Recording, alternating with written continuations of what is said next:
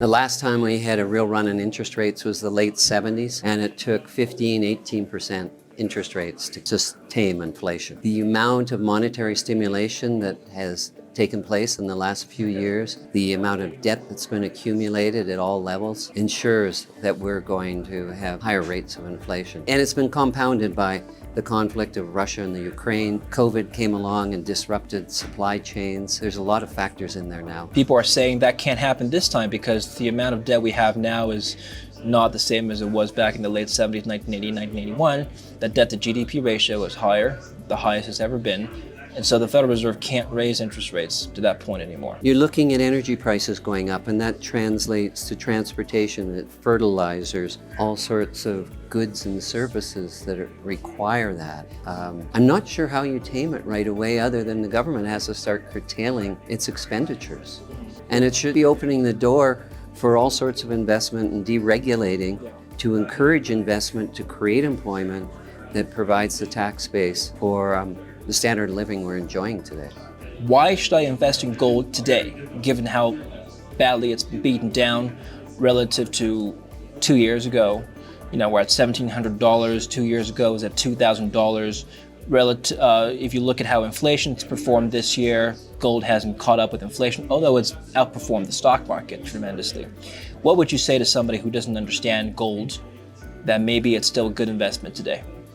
I think you're looking at preserving the purchasing power of your wealth. Gold kept that purchasing power, whereas the value of your dollar has gone down significantly. Whatever you want to buy is going to cost you more, from your groceries to your car to your dry cleaning to your insurance. For an average investor, how much of their wealth should be kept in gold? Given that fiat currencies will inevitably lose value, in theory, shouldn't you have all your savings in gold and then just transfer it back to fiat when you need it? I don't think that would work for most people. They'd be uncomfortable with all their money in gold. Okay. I would say you should be looking at a 10, 15% in precious metals and hard assets, maybe 20%. You're going to see, I think, food prices continue to rise, and the cost of living is just going up. It's getting harder for everyone to make their paycheck go all the way around. The future of wealth preservation, a lot of people say that is actually in the crypto industry space. Now, I know I'm at a gold conference, and so I haven't had a chance to ask anybody about cryptocurrencies, but you being a legend in the mining space, I just want to get your thoughts on how you think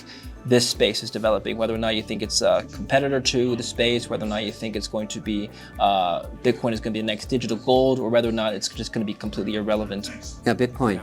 And I just went, if it gains the confidence of the market, it could go up. And I've never seen a currency appreciate like that. The one thing that crypto offered was you could buy gold, but if you want to take it to another country, you have to walk by a customs agent. Whereas with crypto, you didn't have to walk by a customs agent. So now digital gold. The only question is, in this digital world, can you hold on to it? Are there enough safeguards that someone can't come along and take it out of your digital wallet or your digital bank account?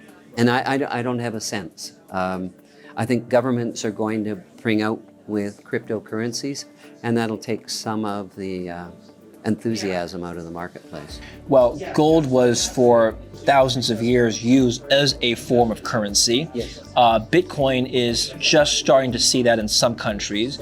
Some argue it can never be adopted as a form of currency for wide mass adoption given its volatility. What an asset needs to have, the characteristics of an asset that will qualify it to become a medium of exchange, a widely accepted unit of account. Well, it has to preserve value, preserve purchasing power, has to be transportable, it can't decay, it has to be recognized globally so that you could take it anywhere in the world and get value for it. And it's served that function through time. Is digital the next wave? Is part of the virtual world becoming the real world? What if someone convinced you that Bitcoin is the next gold, Bitcoin will be adopted for the next, global reserve currency? Would you mine Bitcoin? Would you take some of your money and allocate it and mine some cryptos? It's very energy intensive. It might be more environmentally damaging than mining. I mean, you think of the huge amount of power that goes into creating these currencies. They're not green at all. What is your thesis for copper, the metal?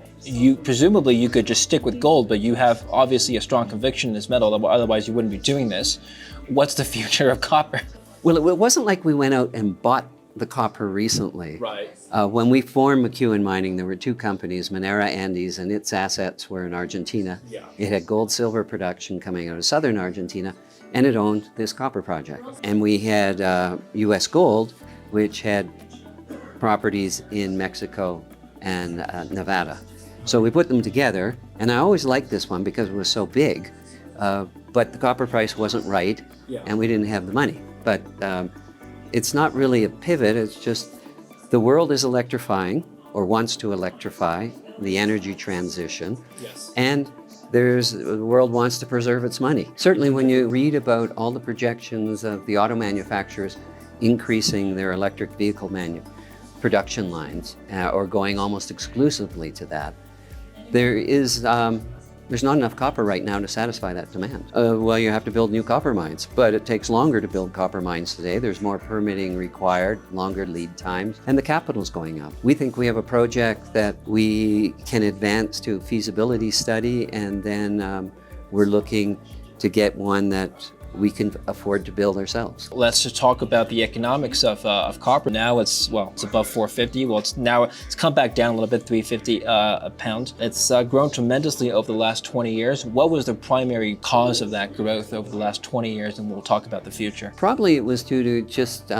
production not meeting with demand. You had rapid urbanization taking place in Asia. China was the largest consumer of all metals. And so that demand, and then the changing technologies, looking at the regenerative energy technologies, like a windmill. One thing I've learned about copper that's important is that it's not substitutable in many applications, including in batteries, which means that if the price of copper were to go to a certain level higher, much higher than today's level, if people can't afford to buy, not having enough copper is one thing, but if you can't afford to buy copper as an industry, we're in deep trouble, right? You need copper to build the things we need in our computers and our everyday life. Yes, copper has upside, but it can't be too expensive. Do you agree with that view? When prices rise, people look for substitutions. Are there substitutions? I've been told no, so I don't know. Maybe someone's going to come along and come up with a nanotechnology solution to that, create something that has the same properties.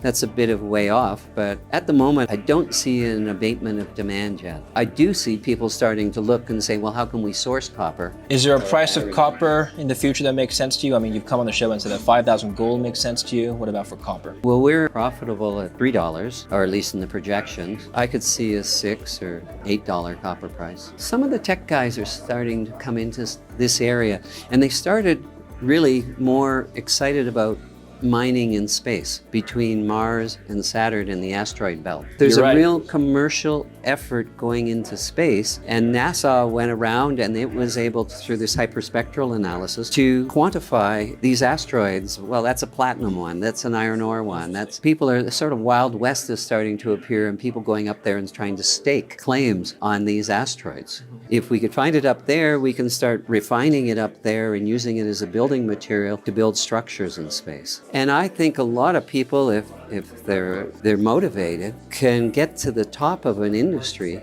much faster in the mining industry. And it is a high-paying industry, and it is somewhat exciting when you make discoveries and run around, and you can start thinking about innovating. How can I alter this? You could maybe change the attitude of people. Well, maybe people could come into the mining industry and say, well, let's be a little more gentle on the environment.